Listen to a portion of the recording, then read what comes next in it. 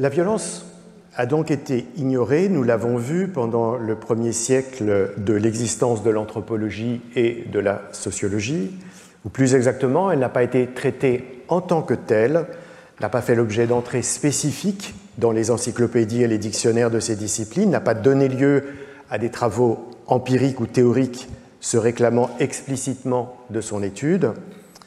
Cette absence était d'ailleurs d'autant plus remarquable, et je l'ai dit la fois passée, que le XXe siècle avait été marqué par 2 guerres mondiales et une guerre froide, des génocides et des totalitarismes, des révoltes paysannes et des désordres urbains, des libérations nationales africaines et des dictatures latino-américaines, un apartheid en Afrique du Sud, une Nakba en Palestine, une purge massive des 10 ennemis du peuple en Union soviétique et une révolution culturelle contre les présumés révisionnistes en Chine, une répression brutale du mouvement des droits civiques aux États-Unis et des manifestations algériennes pacifiques en France. La liste pourrait être encore allongée. Dans le cas des anthropologues qui travaillaient alors principalement dans les sociétés qu'on a appelées primitives puis traditionnelles, il y avait non seulement les guerres entre ethnies ou clans rivaux, qu'on qualifiait souvent de tribales, mais aussi et surtout les violences coloniales et les soulèvements populaires noyés dans le sang. Dans le cas des sociologues, dont l'activité se déroulait généralement dans les zones urbaines des sociétés industrialisées, il y avait bien sûr les phénomènes de criminalité organisée ou non, mais également des aspirations révolutionnaires et des grèves ouvrières, souvent brisées sans ménagement. Comme l'écrit Hannah Arendt dans son essai de 1969 « On Violence », il n'est personne qui, s'intéressant à l'histoire et à la politique, puisse ne pas être conscient du rôle majeur joué par la violence dans les affaires humaines, et il est donc à première vue surprenant que la violence ait été si rarement reconnue comme méritant une considération particulière. Fin de citation. Pour expliquer ce silence autour de la violence, j'ai invoqué une épistémologie de l'ignorance, mais il y a d'autres raisons, peut-être plus profondes et importantes à identifier, car elle continue de poser légitimement des problèmes aux anthropologues et aux sociologues. Et ces raisons sont au moins au nombre de 2, je les qualifie provisoirement de morales et méthodologiques. Morale, la violence suppose toujours un regard normatif, un rejet, une répudiation. En somme, le jugement négatif rend impossible l'objectivité supposée nécessaire au travail scientifique. Et méthodologique, elle échappe à la construction d'un objet homogène, observable, comparable. En somme, l'existence d'expressions de la violence sans lien les unes avec les autres empêche toute généralisation. Mais il faudra leur adjoindre une autre difficulté de nature théorique. La violence se dérobe aux tentatives de la définir de manière univoque. Première raison donc morale. Le livre pionnier d'anthropologie de la violence en langue anglaise est publié en 1986 sous la direction de David Riches, avec simplement pour titre « The Anthropology of Violence », l'anthropologie de la violence. Dans son introduction, le coordonnateur de l'ouvrage explique d'emblée la difficulté posée par l'étude de la violence. On demande souvent aux chercheurs en sciences sociales, dit-il, d'éviter tout jargon et de privilégier le langage ordinaire. Or, le lexique du sens commun est à la fois inscrit dans des contextes particuliers et porteur d'implications enfouies, ce qui le rend peu propice à l'usage savant, lequel doit construire son propre vocabulaire de concepts. Et je le cite, « En raison notamment des émotions qu'il provoque, le mot « violence » se situe au sommet de la liste des termes qui présentent un danger de ce double point de vue. En effet, poursuit-il, violence connote fortement un comportement illégitime et inacceptable. Affirmation problématique cependant, car il faudrait se demander, illégitime et inacceptable, pour qui ? Car dans la guerre ou même la vengeance, pour certains groupes ou certains gouvernements, la violence paraît légitime et acceptable pour une part des protagonistes. Mais si l'on s'en tient à l'analyse de David Riches, le problème serait donc que la notion de violence procède d'un jugement sur les faits, et en l'occurrence d'un jugement défavorable. Dès lors, parler de violence serait renoncer à l'impartialité que chercheuses et chercheurs devraient faire prévaloir dans leurs enquêtes. Et ce serait particulièrement le cas pour les anthropologues qui peuvent être confrontés à des situations ou des événements qui leur semblent violents alors qu'ils ne sont pas considérés tels dans les sociétés concernées ou par les agents impliqués. À la différence d'objets comme la parenté, la religion, la sexualité, l'école, l'État, qu'il serait possible de nommer de manière objective, et j'ai mis un conditionnel, la violence serait, elle, frappée d'emblée d'une forme de subjectivisme. On peut noter qu'il faudrait alors également renoncer à parler de crime, d'inégalité, d'anthropophagie et même certainement d'inceste, cette catégorie présumée fondatrice de l'Alliance. Il ne s'agit pas de nier que la notion de violence comporte une dimension morale, qu'elle suppose une interprétation à la fois des protagonistes et de l'observateur, et qu'elle puisse donc faire l'objet de discussions et de désaccords. Mais n'est-ce pas ce qui devrait s'imposer pour tout travail scientifique, ce qu'on appelle une démarche critique, qui s'applique à tous les objets qu'on étudie?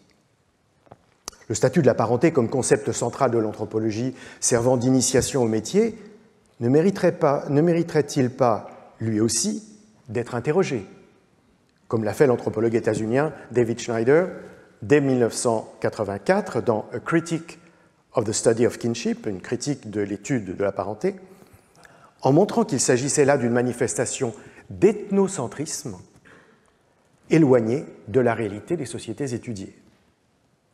La catégorie de religion, servant à circonscrire des croyances et des rituels dans le domaine symbolique et le registre textuel, ne justifierait-elle pas également d'être questionnée, comme s'y est employé l'anthropologue d'origine saoudienne Talal Assad en 1993 dans Genealogies of Religion, généalogie des religions, en soulignant qu'il s'agissait là de l'application d'une pensée libérale qui ignorait la signification de pratiques profondément ancrées dans la vie quotidienne.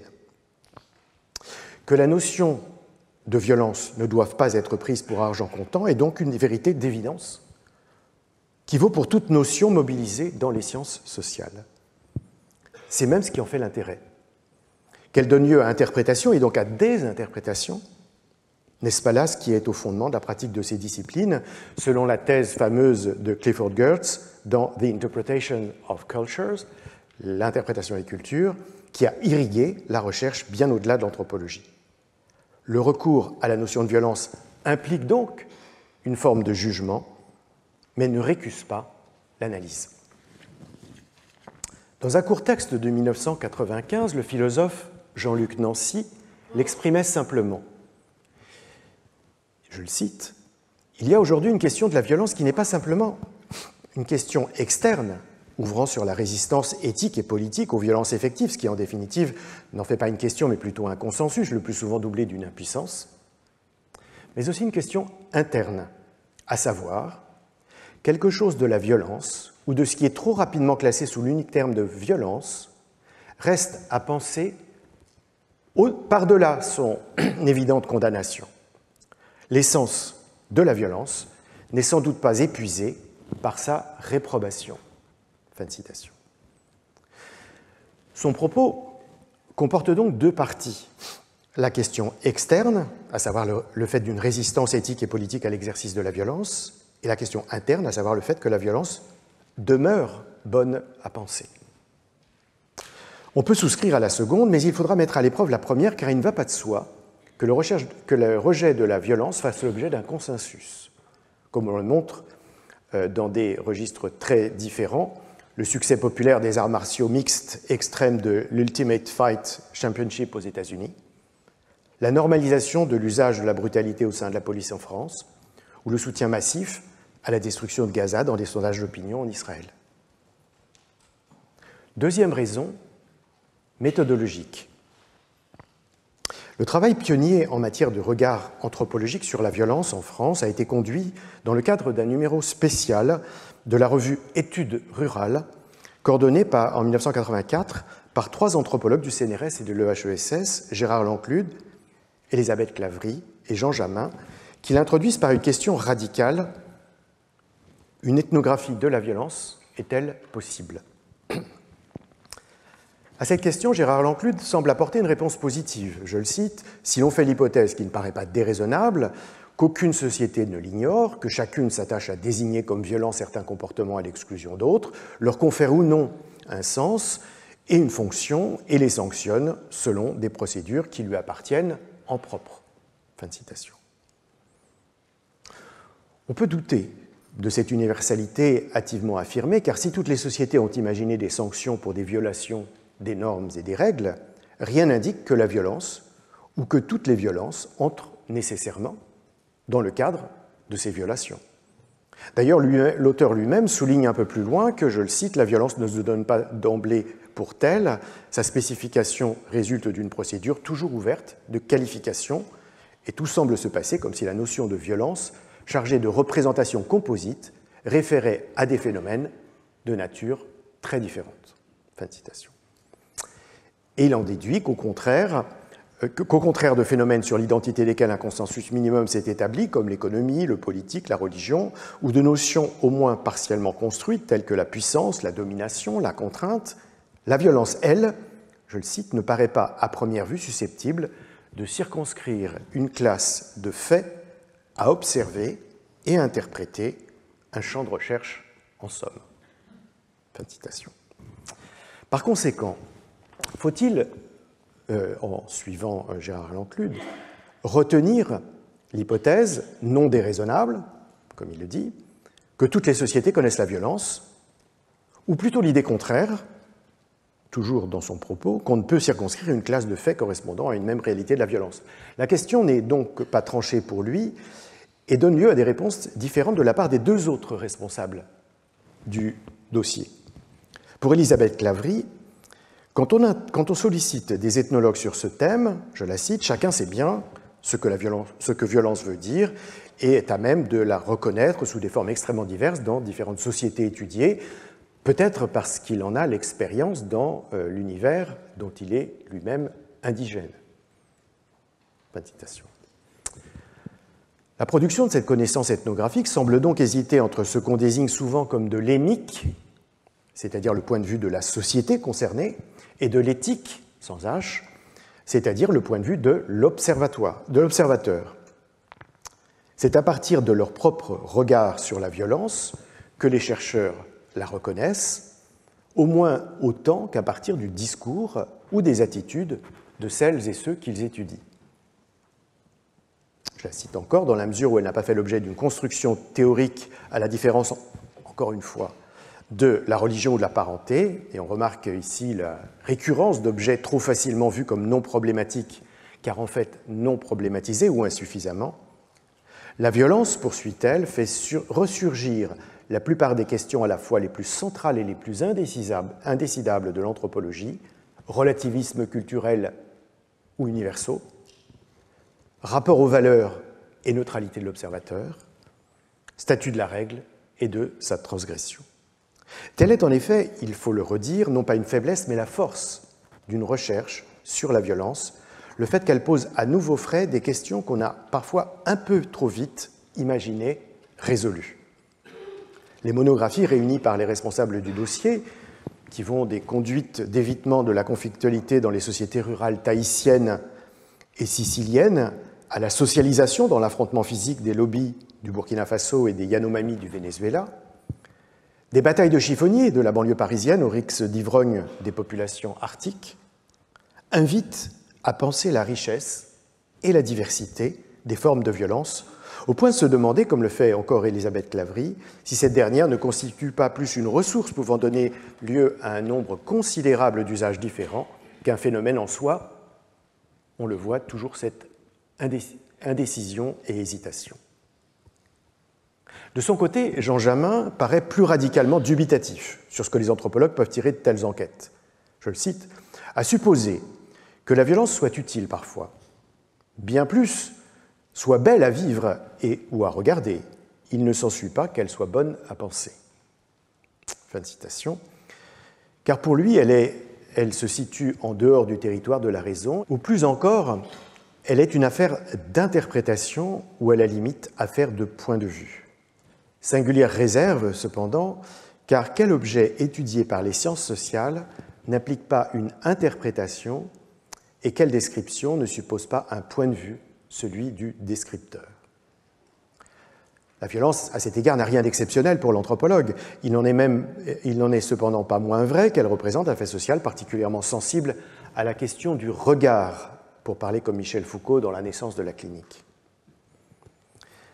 Je cite encore Jean Jamin, l'ethnographe peut être amené à considérer comme absolument violents des actes ou des formes de domination que la société d'où il vient réprouverait et réprimer, mais qui, ici, se trouvent au contraire valorisés, sinon désirés. Il en donne pour exemple la vendetta et l'excision. Au-delà cependant de l'enjeu du relativisme qui se trouve une fois encore convoqué, moins en l'occurrence sous sa forme morale qui reviendrait à ne pas condamner ce qui est localement accepté que sous sa forme culturelle qui correspond simplement à la reconnaissance des différences de perspective entre l'enquêteur et l'enquêté, c'est la possibilité d'observer la violence qui s'avère souvent difficile, voire impossible, soit parce que la présence du chercheur l'expose à un danger, soit parce que les faits se sont produits en son absence, ne lui laissant alors que l'option de travailler sur des récits recueillis ou des documents judiciaires. Double problème donc pour l'anthropologue, puisque d'une part, sa manière de circonscrire la violence peut différer de celle de la société étudiée, et d'autre part, sa présence sur le terrain peut ne pas correspondre à la survenue de la violence. En somme, une ethnographie de la violence est pour Élisabeth Claverie possible, et la collection de textes qu'elle a réunis en fait foi, tandis qu'elle est pour Jean Jamin impossible, car son objet n'est ni rationnel, ni interprétable, ni observable. L'une et l'autre sont toutefois d'accord pour considérer que la violence se dérobe à l'analyse des sciences sociales. Elle n'existe pas en tant que telle, elle est toujours une affaire de contexte, elle renvoie à autre chose, une histoire, une organisation sociale, une doctrine religieuse, une idéologie politique, une vision du monde. Mais pour qui cherche à étudier la violence, il est une autre complication, peut-être même plus préoccupante encore que celle que je viens d'analyser, car même depuis la perspective de celles et ceux qui ne doutent pas de son existence, il est difficile de savoir ce qu'elle est. On ne parvient pas à la définir, on n'arrive pas à la délimiter. La tâche consistant à conceptualiser la violence est difficile, écrit l'anthropologue indienne de l'université Johns Hopkins Vinadas dans un bref article de 1987 de la revue Anthropology Today. Comme en écho, presque 2 décennies plus tard, les anthropologues états-uniens de l'université de Californie, Nancy Shepherd-Hughes et Philippe Bourgois, dans leur anthologie Violence in War and Peace, violence en temps de guerre et de paix, de 2004, affirment à leur tour la violence défie toute catégorisation facile, elle peut être tout et rien, légitime et illégitime, visible ou invisible, nécessaire ou inutile, insensée et gratuite, ou parfaitement rationnelle et stratégique. Alors, entre ces deux publications que je viens d'évoquer, en 1995, au début de son séminaire du Collège de France intitulé précisément « De la violence », Françoise Héritier risque pourtant une définition. Appelons violence toute contrainte de nature physique ou psychique susceptible d'entraîner la terreur, le déplacement, le malheur, la souffrance ou la mort d'un être animé. Tout acte d'intrusion qui a pour effet, volontaire ou involontaire, la dépossession d'autrui, le dommage ou la destruction d'objets inanimés. Par rapport à la conception souvent implicite qu'en avaient David Riches et les auteurs du volume collectif The Anthropology of Violence, ou encore Gérard Lanclude, Élisabeth Claverie et Jean Jamin, ainsi que les contributeurs du dossier Études rurales, le spectre, au sens physique du terme, de la violence s'est considérablement étendu dans cette définition de Françoise Héritier. Elle portait presque exclusivement sur la matérialité des corps, elle est désormais physique et psychique. Elle concernait essentiellement les relations entre les humains, elle inclut dorénavant les animaux et les objets, en oubliant d'ailleurs peut-être la nature. Pour l'anthropologue de l'École des hautes études en sciences sociales, Michel Napels, cependant, on peut questionner la définition extrêmement englobante de Françoise Héritier, car est-il légitime, écrit-il, de rassembler les objets inanimés, les animaux et les humains dans un même registre d'expérience? Cette question ouvre en fait une passionnante triple réflexion philosophique, anthropologique et empirique. Réflexion philosophique d'abord, qui lie la violence et l'expérience, avec entre les deux la médiation de la souffrance infligée, qui est l'expérience de la violence. Les êtres humains sont-ils les seuls à avoir cette expérience? Dans son introduction au principe de morale et de législation de 1789, le philosophe et juriste anglais Jeremy Bentham mettait en cause les mauvais traitements réservés aux animaux, comme c'était aussi le cas, ajoutait-il, pour les esclaves.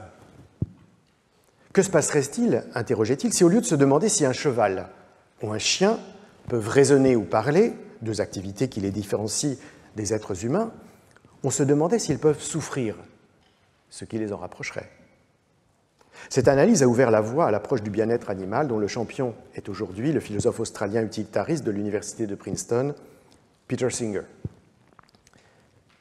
Réflexion anthropologique ensuite, dont l'un des déplacements les plus significatifs au cours des 2 dernières décennies a été le décentrement de l'humain, descendu de son piédestal en quelque sorte, dans le cadre d'une approche ontologique telle que défendue notamment par Philippe Descola dans le cadre de sa chaire d'anthropologie de la nature au Collège de France, et prolongée aujourd'hui à travers une démarche ethnographique comme celle de l'anthropologue français Charles Sepanoff.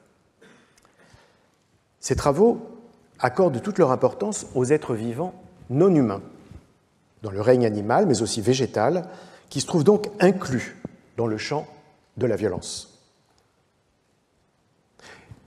Et enfin, réflexion empirique, qui se nourrit notamment de l'étude des opérations de colonisation qui, en Cisjordanie, depuis des décennies, impliquent des attaques contre les habitants, des abattages de cheptels, des arrachages d'oliviers, des spoliations de terres, et qui, à Gaza, se sont prolongées au cours de la période récente par la destruction des habitations, des infrastructures, des hôpitaux, des écoles, des mosquées, des églises, des musées. Illustration extrême de la manière dont la violence peut se manifester contre l'ensemble des êtres vivants et des entités matérielles. Donc, de ces 3 réflexions, on peut tirer que la philosophie utilitariste avait permis de reconnaître la violence contre les animaux, l'analyse anthropologique l'a élargie à l'ensemble du monde animé, et l'enquête empirique lui a ajouté le monde inanimé. Alors, si cette extension a pu être parfois critiquée pour réduire la place de l'humain, ce qu'elle est censée faire, il faut pourtant reconnaître que bien souvent, qu'il s'agisse des mauvais traitements infligés aux animaux ou des dommages causés à la nature, ce sont aussi des femmes et des hommes qui en souffrent. Le domaine de la violence s'est ainsi considérablement étendu à mesure que les anthropologues cherchaient à mieux l'appréhender. Il n'est plus seulement ce noyau dur dont parlait le démographe français de l'INED Jean-Claude Chenet dans son Histoire de la violence en Occident, à savoir l'usage excessif de la force physique par des êtres humains sur d'autres êtres humains. Il concerne le corps et l'esprit, il affecte tout ce qui est doté de vie et même ce qui ne l'est pas. Dans ce mouvement d'expansion, les sociologues n'ont cependant pas été en reste. 2 d'entre eux ont conceptualisé d'autres formes de violence moins immédiatement perceptibles, car n'impliquant pas la présence de l'auteur intentionnel d'une agression. Johann Galtung, avec la violence structurelle, et Pierre Bourdieu, avec la violence symbolique. Le concept de violence structurelle a été proposé par le sociologue norvégien de l'université d'Oslo, Johann Galtung, fondateur des études sur les conflits et la paix. Dans un article célèbre de 1969, Violence, Peace and Peace Research, la violence, la paix et la recherche sur la paix, il caractérise la paix comme l'absence de violence, ce qui le conduit à définir ce qu'on doit entendre par violence. Il faut s'écarter, explique-t-il, du concept étroit qui la limite à sa dimension somatique, physique, et suppose l'intention d'un acteur. Car si la paix était alors ainsi conçue, comme sa négation, elle deviendrait compatible avec des ordres sociaux tout à fait inacceptables. Un concept étendu s'avère donc indispensable selon lui. La violence s'exerce lorsque des êtres humains ne se réalisent pas physiquement et mentalement comme ils devraient le pouvoir du fait de facteurs qui ont sur eux une influence négative. Les deux éléments essentiels de cette définition élargie sont, d'une part, l'écart entre le potentiel et l'effectif, entre la réalisation de soi telle qu'elle pourrait être et telle qu'elle est de fait, et d'autre part, l'influence négative qui n'implique pas la présence d'un individu ou d'un groupe la mettant en œuvre, mais l'existence de structures sociales ces structures sociales limitent l'accès à des ressources nécessaires à l'accomplissement d'une vie bonne. L'exemple que donne Johan Galtung est le suivant. Quand une personne mourait de tuberculose au XVIIIe siècle, on ne pouvait considérer cette situation comme relevant d'une violence, car c'était là une évolution inévitable compte tenu du savoir médical de l'époque. Mais si une personne meurt aujourd'hui de cette maladie, alors qu'on dispose des médicaments permettant de la traiter, alors on peut parler, selon lui, de violence. Ainsi caractérisée et illustrée, la violence structurelle procède, dit-il, d'une injustice sociale, pour laquelle il n'est besoin ni d'identifier un coupable, malfaisant, ni de supposer une intention maléfique. On peut dire que c'est l'ordre social qui est en cause du fait de l'inégalité qu'il crée qui le constitue. Les victimes de la violence structurelle sont les personnes pauvres, discriminées, rabaissées. Les responsables sont en revanche plus difficiles à définir, ce sont celles et ceux qui contribuent à la production et la reproduction des inégalités. Ce concept a connu un développement considérable dans les sciences sociales de langue anglaise, avec notamment le travail de l'anthropologue états-unien de l'université de Harvard, Paul Farmer, qui en a fait la matière de sa Sidney Mintz Lecture en 2001 en l'appliquant aux épidémies de sida et de tuberculose en Haïti. Il montre ainsi comment, pour comprendre la manière dont la population de l'île a été tragiquement touchée par ces infections, il est nécessaire de prendre en considération son histoire sociale et son économie politique. Une part importante de la prospérité de la France à la fin du XVIIIe siècle tient à la fois à la traite négrière et à la production sucrière. La colonie de Saint-Domingue est au carrefour de ces deux sources de richesse, étant la plus florissante de toutes les colonies détenues par les puissances européennes. Après la Révolution, qui au prix de dizaines de milliers de morts a permis en 1804 la libération des esclaves et la création de la première République noire au monde, mais qui a condamné le pays à se retrouver au banc des nations occidentales, la France a fini par reconnaître sous Charles X l'indépendance d'Haïti, moyennant le paiement d'une indemnité exorbitante censée dédommager les anciens colons pour les pertes subies, mais visant en réalité à punir les Haïtiens en les rendant pour longtemps dépendants. Les ressources de l'île étant en effet très insuffisantes au regard de la somme exigée, il lui faut alors faire appel à des banques françaises pour s'acquitter de ce qu'on appelle la double dette d'Haïti, à savoir la réparation et l'emprunt. Si la première est réglée à la fin du XIXe siècle, la réparation, le remboursement du second, l'emprunt, court jusqu'au milieu du XXe siècle, pesant lourdement sur le budget de l'État haïtien, dont à partir de 1915, la situation est encore aggravée pendant 2 décennies par l'occupation des États-Unis, qui pillent les fonds publics de la Banque nationale et utilisent les ressources de l'île pour rémunérer ses fonctionnaires. Ruiné donc par les pays occidentaux, à commencer par la France, et miné par la corruption, en particulier sous la dictature des Duvalier, Haïti est aujourd'hui le pays le plus pauvre et le plus instable du continent américain. Dans les années 1980, le tourisme sexuel gay depuis les États-Unis et la prostitution dite de survie, l'un et l'autre liés à la pauvreté, y favorisent la propagation du sida, qui à son tour aggrave la dissémination de la tuberculose, la progression de ces deux infections se trouvant encore accélérée par le déficit de services publics, notamment dans le domaine de la santé. Il faut se souvenir qu'à l'époque, dans les années 80, être haïtien est considéré dans la littérature médicale comme un facteur de risque. On parle alors des 4 H, à savoir les homosexuels, les héroïnomanes, les hémophiles et les haïtiens. Comme si ces derniers présentaient des singularités biologiques ou comportementales qui en faisaient des vecteurs de l'infection, comme s'ils n'étaient pas avant tout victimes de la violence structurelle qui avait accablé depuis 2 siècles leur pays. Ce qui conduit Paul Farmer à conclure, je le cite, que la distribution du sida et de la tuberculose, comme celle de l'esclavage autrefois, est historiquement et économiquement déterminée et qu'elle est en relation avec le racisme, l'inégalité genrée et la pauvreté massive. Et bien qu'il n'utilise pas ce terme, on subsumerait aujourd'hui ces 3 dimensions sous le concept d'intersectionnalité.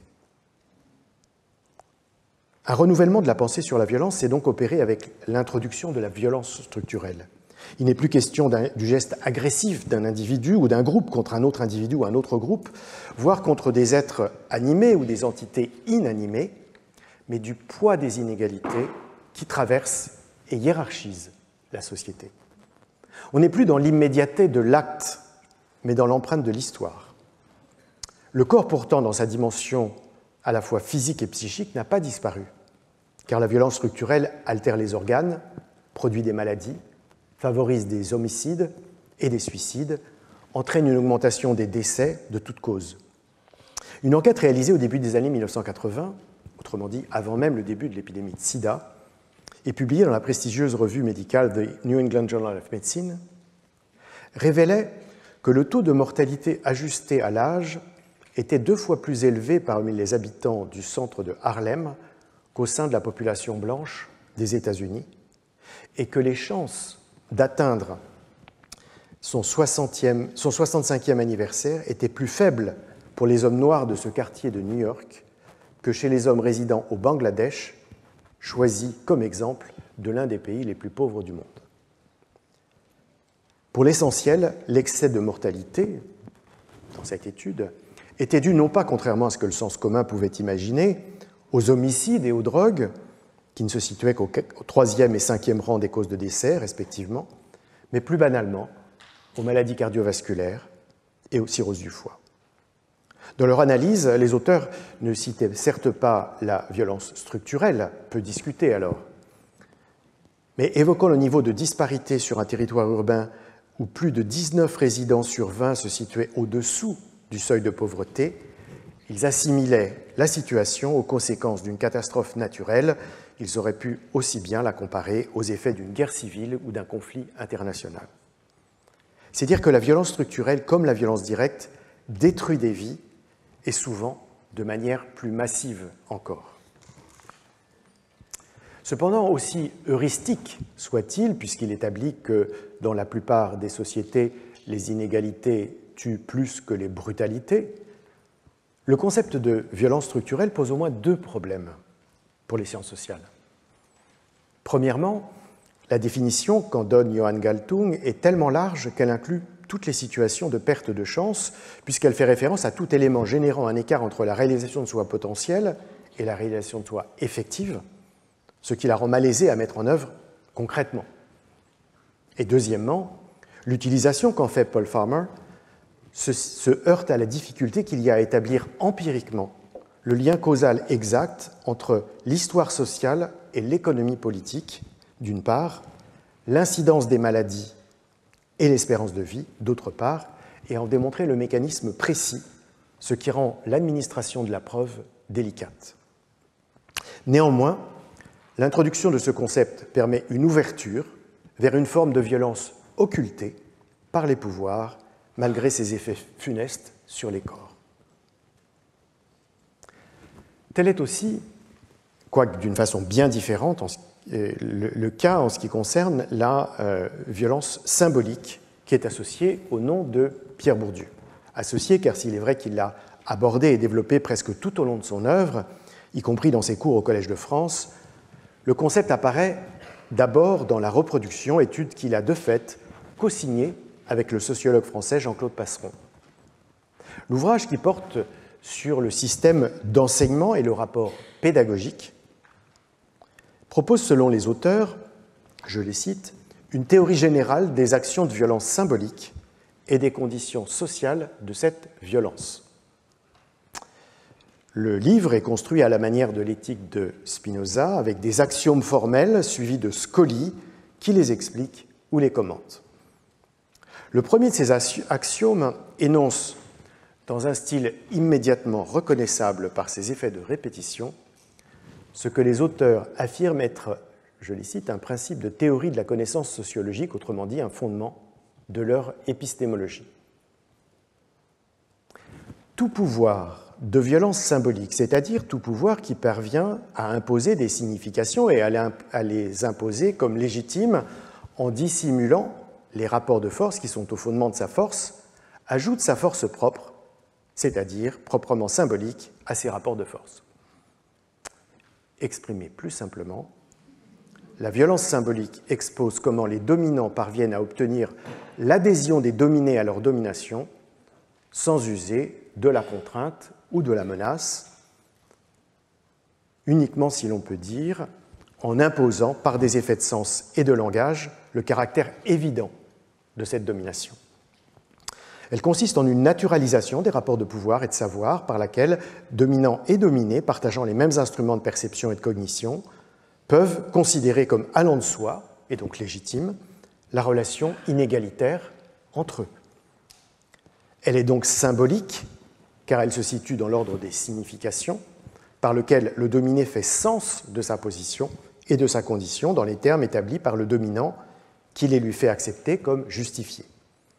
Et elle est une violence, car elle entraîne diverses souffrances psychiques, telles que dévalorisation de soi, honte des siens, disqualification, culpabilisation, anxiété, marginalisation, isolement, qui peuvent avoir un retentissement physique sous la forme de gêne, de maladresse, de bredouillement, de tremblement, de rougissement, d'énervement, de réactions inappropriées, faute de maîtrise des codes, tous éléments qui entretiennent, aggravent et in fine légitiment la relation de domination. L'école est typiquement, selon Pierre Bourdieu, l'institution où le corpus enseigné et les modalités de sa transmission reproduisent d'une part les classifications et les hiérarchies du savoir en valorisant ses formes les plus abstraites qui ont cours dans les catégories sociales supérieures, et d'autre part des manières de discipliner les élèves par des systèmes de notation, de compétition et de punition qui leur inculquent, tout en la légitimant, leur place dans le système scolaire qui sera plus tard aussi leur place sur le marché du travail. Mais pour lui, la violence symbolique traverse l'ensemble de la société et non seulement l'école. En particulier, la domination masculine, à laquelle il consacre ultérieurement un article puis un ouvrage, en s'appuyant notamment sur ses enquêtes menées 40 ans plus tôt dans la société kabyle, procède de logiques similaires par lesquelles les rôles, les activités, les attitudes, les pratiques des hommes et des femmes sont à la fois déterminés par les représentations sociales sur les relations de genre et d'autant plus facilement essentialisés qu'ils paraissent inscrits dans la différenciation supposée naturelle entre les sexes. Ainsi conçue, la violence symbolique permet de comprendre la reproduction de l'ordre social qui se fait le plus souvent sans heurts, par un consentement à la domination, différent toutefois de la servitude volontaire telle qu'elle avait été décrite au XVIe siècle par Étienne de la Boétie, qui est une soumission consciente à la tyrannie. La violence symbolique est au contraire ni volontaire, ni consciente, mais opère par une sorte de complicité, c'est le terme qui est employé par le sociologue, qui peut être active ou passive, dont les dominés ne se rendent pas compte et qu'ils subissent donc à leur insu, parce qu'ils n'ont pour la pensée que l'espace de sens fourni par les dominants. Comme l'écrit le sociologue français Gérard Mauger dans un article consacré à ce concept, on peut voir une parenté avec les théories des pères de la sociologie, ce que Pierre Bourdieu revendique d'ailleurs, tout en affirmant s'en distancier. On pense bien sûr à la théorie de l'idéologie, chez Marx et Engels, pour lesquels les classes dominantes parviennent à imposer une pensée dominante, opérant comme vecteur de la domination, laquelle apparaît légitime aux classes dominées, ce qui sera repris ultérieurement dans l'école de Francfort, notamment par György Lukács, à travers le concept de fausse conscience, qui était beaucoup utilisé ces dernières années. On pense également à la théorie du conformisme, dans l'œuvre de Durkheim, qui s'intéresse à l'obéissance passive des individus aux normes et aux règles, qu'il s'agisse de religion ou de morale. On pense enfin à la théorie de la domination de Weber, qui explique comment les agents obéissent à un ordre social auquel ils accordent une légitimité reposant sur la force de la tradition, sur une relation affective ou encore sur une reconnaissance rationnelle ou légale. Ce qui donne cependant son originalité à la violence symbolique par rapport à ces théories que je viens de mentionner, qui au fond cherchent à répondre à la même question de l'adhésion des sujets à des rapports de pouvoir par lesquels ils se trouvent subordonnés, c'est que Pierre Bourdieu ne cesse de souligner la dimension corporelle de cette violence. Bien qu'elle soit symbolique et par conséquent relève de l'imposition d'un sens donné au monde social et à la place qui occupe l'individu, comme je l'ai dit, elle se situe moins dans le domaine des idées, à la manière de Marx et Engels, des représentations à la façon de Durkheim, ou des croyances, comme chez Weber, que dans les dispositions corporelles de l'habitus. Ce qui fait l'efficacité de la violence symbolique, pour Bourdieu, c'est qu'elle fonctionne comme une incorporation de l'ordre social. Inscrit donc dans une longue tradition de la sociologie qui s'efforce de comprendre la manière dont la domination est légitimée, sans qu'il soit nécessaire de recourir à la force, la violence symbolique devient ainsi le miroir de la violence physique. Le pouvoir peut s'imposer par la violence physique via l'armée, la police, mais pour se maintenir, il doit jouer de la violence symbolique par la naturalisation des rapports sociaux inégalitaires. Le fait que le concept utilise le même mot, violence, souligne le parallèle et la complémentarité entre les deux. Cette tradition, de Marx à Bourdieu, en passant par Weber plutôt que Durkheim, vise au fond à comprendre comment l'ordre social tient et se maintient, tout comme s'y employaient au fond, nous l'avons vu, les fonctionnalistes et les structuralistes de l'anthropologie et la sociologie britannique et états-unienne, Malinowski et Radcliffe Brown, Parsons et Merton. Mais à l'inverse de ces auteurs, elle le fait de manière critique. Là où les concepts de fonction et de structure servaient à justifier l'ordre social, le concept de violence symbolique et avant lui celui d'idéologie montrent comment cette justification est une illusion visant à le produire et à le reproduire en le légitimant. On peut toutefois s'étonner de ce que Pierre Bourdieu ne fasse jamais référence au concept d'hégémonie, central dans les cahiers de prison d'Antonio Gramsci, écrit dans les années 1920-1930, qui précisément vise à appréhender la question du consentement politique via la diffusion parmi les gouvernés de la vision du monde des gouvernants.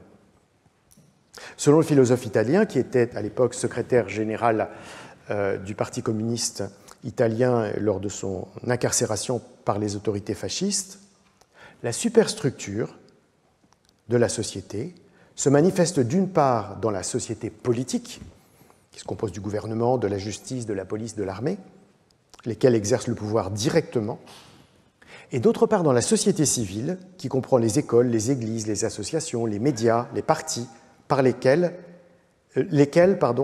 créent les conditions de cette hégémonie. Il y a donc d'un côté le pouvoir d'État, toujours susceptible de recourir à la force, et de l'autre, ce qu'il appelle des intellectuels organiques, générateurs d'une culture qui légitime l'ordre social et façonne le consensus social. Tout en cherchant à répondre à une question assez similaire, la théorie de l'hégémonie permet alors d'envisager une issue à un problème qui est posé par la violence symbolique. Car cette dernière, malgré qu'en est Pierre Bourdieu, tente en effet à enfermer les dominés dans le cercle vicieux de la reproduction que leur imposent les dominants. Puisque l'espace de signification dans lequel il est possible de penser l'ordre social sert à légitimer la domination et à la rendre acceptable, car elle est naturelle, il est quasiment impossible à celles et ceux qui la subissent d'en sortir, ils en sont donc les prisonniers. C'est la principale critique que les chercheuses féministes ont fait au livre « La domination masculine ». Ainsi, l'historienne Michèle Perrault y voit-elle, je la cite, « une pensée claustrale à force d'être implacable, dont la rigueur consiste en la mise en ordre de matériaux soumis à la question d'une grille contraignante. » Fin de citation. Elle rappelle en particulier comment Pierre Bourdieu affirmait que les femmes peuvent difficilement écrire l'histoire des femmes car elles ont, dit-elle, une vision dominée qui ne se voit pas elle-même, dit-elle en se référant à Pierre Bourdieu. Elle considère, par conséquent, que ce que Pierre Bourdieu propose est en fait, je la cite, une machine avec mode d'emploi dont on se demande si elle n'est pas programmée pour une explication inéluctable. Or, poursuit-elle, ce qu'enseigne précisément l'histoire, c'est qu'elle est une intrigue ouverte, faite d'événements, de hasard, autant que de nécessité, d'invention, d'interaction et de jeux possibles. Cette ouverture, ignorée par Pierre Bourdieu, est rendue possible par Antonio Gramsci, pour qui il n'existe pas une classe sociale d'intellectuels, mais des intellectuels dans chaque classe sociale, y compris chez les dominés, ce qui permet alors de faire émerger d'autres visions du monde que celles des dominants.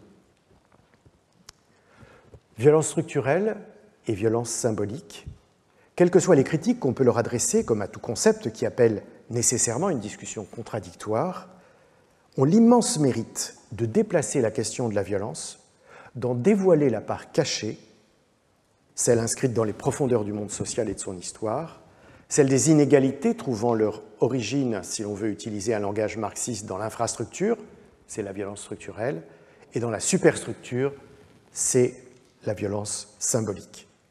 En réalité, les deux interagissent, puisque la violence symbolique participe de l'invisibilisation de la violence structurelle, et que la violence structurelle sous-tend l'autorité de la violence symbolique.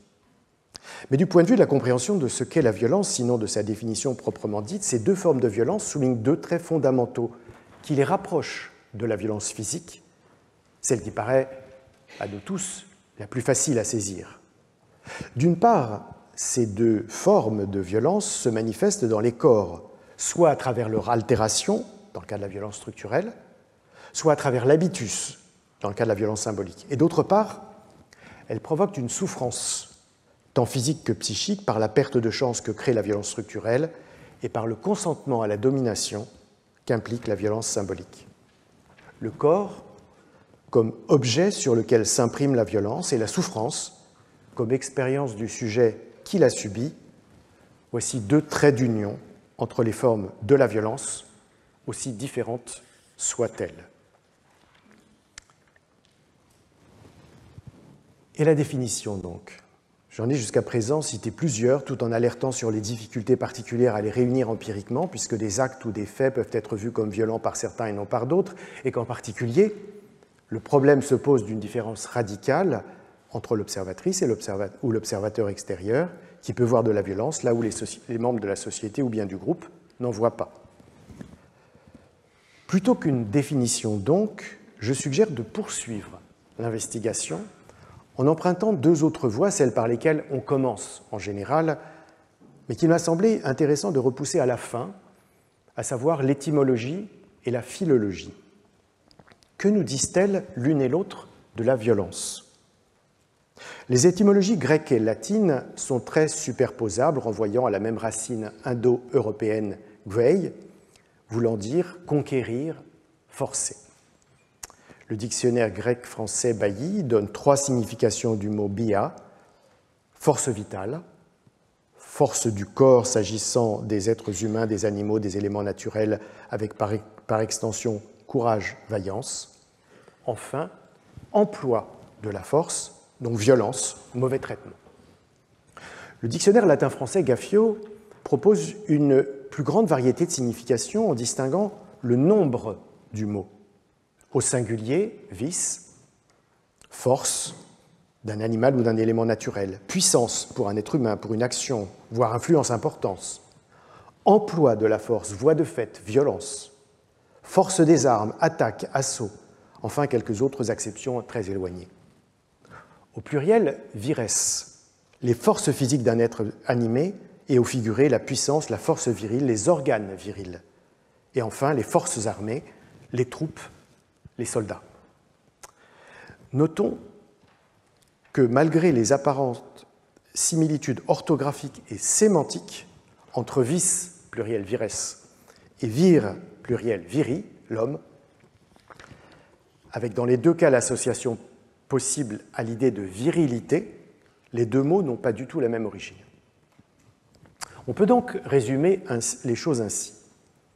Le mot grec bia et le mot latin vis signifient d'abord la force, celle des humains, des animaux, des éléments. Ensuite, de manière figurée, la puissance, le courage. Enfin, par extension, l'exercice de la violence, la voie de fait. Autrement dit, une énergie, une qualité et une action. Du mot latin dérive, toujours selon Gaffio, le substantif violentia, fait de violence ou caractère violent, l'adjectif violentus, violent, porté, tyrannique, et surtout le verbe violare, qui a un sens plus large et intéressant. Faire violence à une personne, dévaster un territoire, profaner un culte, outrager une autorité, transgresser une loi, souiller une chose, porter atteinte à une réputation, déshonorer une jeune fille, manière euphémisée de désigner le viol. Ce qu'on peut retenir de ces énumérations de signification, c'est qu'en grec comme en latin, le sens premier de bia et de vis relève de la physique, au sens scientifique. C'est la force du vent, de la tempête, du courant, du feu.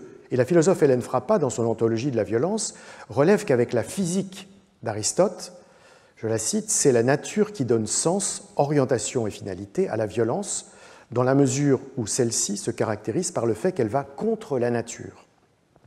Appliqué à l'être humain, le mot dans les deux langues conserve cette dimension dynamique d'exercice de la force, mais il l'élargit de trois façons. D'abord comme excès ou abus de son usage, dans le fait d'agresser, de détruire. Ensuite comme infraction à la norme, par la profanation, la transgression. Et enfin, comme contravention à la morale, par l'outrage, la souillure, la flétrissure. Alors en ancien français, le mot violence, dérivé de violentia, est mentionné pour la première fois en 1215, mais il demeure rarement employé au cours de la période médiévale, sauf pour caractériser le viol. Jusqu'au XIXe siècle, le dictionnaire lui donne deux sens principaux qui renvoient à la force des éléments et des affects, pour l'un, et qui indiquent une violation du droit et des lois, pour l'autre. Plus détaillé, dans son édition de 1874, le Littré fournit quatre sens, illustrés entre autres de vers de Racine et de Corneille et de citations de Pascal et de Buffon. Premièrement, c'est la qualité de ce qui agit avec force, se rapportant au vent ou au feu, mais aussi aux passions et aux désirs. Deuxièmement, emportement, irascibilité, définissant ainsi un trait de caractère.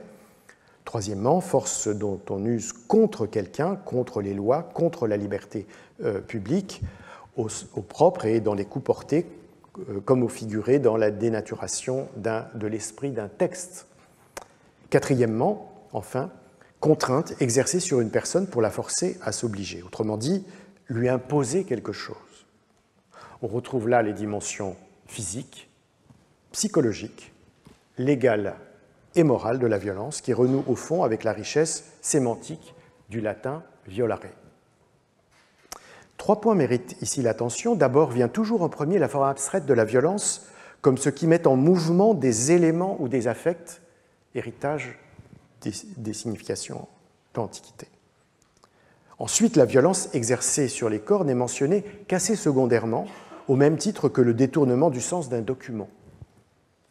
Enfin, apparaît dans la dernière définition ce que l'auteur de l'article appelle violence morale, qui deviendra plus tard en droit d'une importance croissante. Si l'on en revient, pour finir, à un corpus contemporain, le Robert, dans son édition de 1876, inverse l'ordre des définitions qui avaient prévalu depuis l'Antiquité. Le premier sens, qui est indiqué, est le fait d'agir sur quelqu'un ou de le faire agir contre sa volonté en employant la force ou l'intimidation, et donc la contrainte, l'oppression, la torture. Le deuxième, c'est l'acte par lequel s'exerce la violence sous la forme de représailles, de sévices, de répression. La troisième est la disposition naturelle à l'expression brutale des sentiments, à savoir la véhémence, l'animosité, la démesure. Le quatrième, c'est la force irrésistible, néfaste ou dangereuse d'une chose, telle un ouragan, un venin, un désir. Le cinquième, enfin, c'est le caractère brutal appliqué à un procédé, une diatribe, une scène. Désormais donc, ce sont les relations entre les êtres humains qui dominent, pour la première fois, les définitions de la violence, et non plus les éléments naturels, avec un nouvel ordonnancement, d'abord l'imposition d'une action contre la volonté de la personne, puis l'exercice concret de l'abus de l'usage de la force, ensuite les traits de tempérament de la personne, et enfin les caractéristiques concernant la nature, les affects, les choses. Ce cheminement, un peu fastidieux, j'en conviens, dans des dictionnaires sur des langues anciennes et modernes, a permis d'arpenter plus de 2 millénaires de signification de la violence et de constater que le sens que l'on donne aujourd'hui à ce mot, s'il puise dans une riche étymologie, n'en est pas moins assez récent. Au cours de la période contemporaine, il s'est éloigné de la physique pour se rapprocher de la morale, et il a relégué au second plan les forces de la nature pour mettre en avant les contraintes et les brutalités exercées par les êtres humains. Cependant, sur les deux grandes questions débattues dans les sciences sociales, d'une part la difficulté de constituer un objet cohérent sur lequel les protagonistes impliqués comme acteurs ou observateurs de la violence pourraient partager une perspective commune, c'est la question des anthropologues, et d'autre part l'extension du domaine de la violence conduisant à l'aborder à l'échelle non plus des individus et des groupes, mais de toute la société, comme structurelle ou symbolique, c'est la question des sociologues, la sémantique donc n'apporte pas de solution. La philologie comparée enrichit mais complexifie encore cette discussion. Une littérature substantielle s'est en effet attachée à convoquer la terminologie allemande dans ce domaine, car c'est dans cette langue que nombre de grands textes de philosophie politique ont été écrits. Le mot qu'en français on traduit généralement par violence et en anglais violence est Gewalt. C'est celui qu'on trouve dans la fameuse formule de Weber caractérisant l'État dans la politique comme vocation, le monopole de l'exercice légitime de la violence, das Monopol legitimer Gewaltsamkeit. Or, Gewalt a un sens plus large que violence et signifie également force. C'est d'ailleurs ainsi que dans le Capital de Marx, on traduit généralement le mot lorsqu'il s'agit de décrire le phénomène d'accumulation primitive dans l'histoire du capitalisme. L'hésitation entre les deux termes, violence et force, pour la traduction, est également présente aussi bien dans la traduction de la philosophie du droit de Hegel, où Gewalt peut être rendu soit par violence, soit par force, et même de la notion de politique de Carl Schmitt, dont la version anglaise devient répression et pouvoir. Cette discussion lexicale est tout sauf anecdotique. Quels moyens avons-nous de reconnaître la violence lorsqu'elle est dissimulée dans les institutions et occultée par les revendications de légitimité, demande le philosophe britannique de l'université de Penn State, Robert Bernasconi. Car parler d'usage de la force ou d'exercice de la violence n'est pas indifférent. Et par exemple, dans le droit français, la police est autorisée à employer la force lors d'une interpellation, par exemple, mais non la violence, entendue comme l'utilisation injustifiée lorsque la personne est menottée, ou disproportionnée lorsque sont provoquées des violences, des blessures graves. Cas dans lesquels une condamnation peut être prononcée, rarement, il est vrai, par les tribunaux. L'une des plus grandes entreprises historiographiques du XXe siècle a été les Geschichtliche Grundbegriffe, les concepts historiques fondamentaux, projet en 9 volumes conduit pendant 25 ans par Reinhard Koselleck avec Otto Brunner et Werner Kuhs, et qui consiste en la constitution d'un dictionnaire des transformations du langage politique et social. L'entrée Macht, Gewalt, a récemment été traduite en français par Elisabeth Kaufmann sous le titre « Puissance et pouvoir ». Et l'on voit d'emblée une nouvelle interprétation de Gewalt qui devient pouvoir, et non plus force ou violence. La traductrice explique ainsi les difficultés auxquelles elle était confrontée, puisque Macht signifie à la fois pouvoir, au sens de pouvoir faire, et puissance, comme dans la référence aux grandes puissances. Tandis que Gewalt présente lui aussi une double valence, correspondant également au pouvoir, au sens des pouvoirs publics, d'une part, et à la force ou même à la violence, d'autre part. Ces difficultés sont du reste accrues du fait des évolutions sémantiques au cours du temps. C'est la raison pour laquelle Hannah Arendt s'est efforcée d'apporter une clarification dans son texte intitulé « On Violence », qui est souvent cité.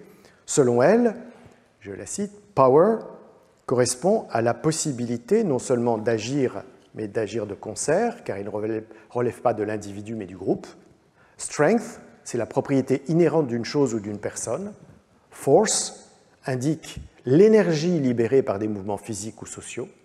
Authority est la reconnaissance inconditionnelle par ceux auxquels il est demandé d'obéir sans qu'il soit besoin de coercition ou de persuasion.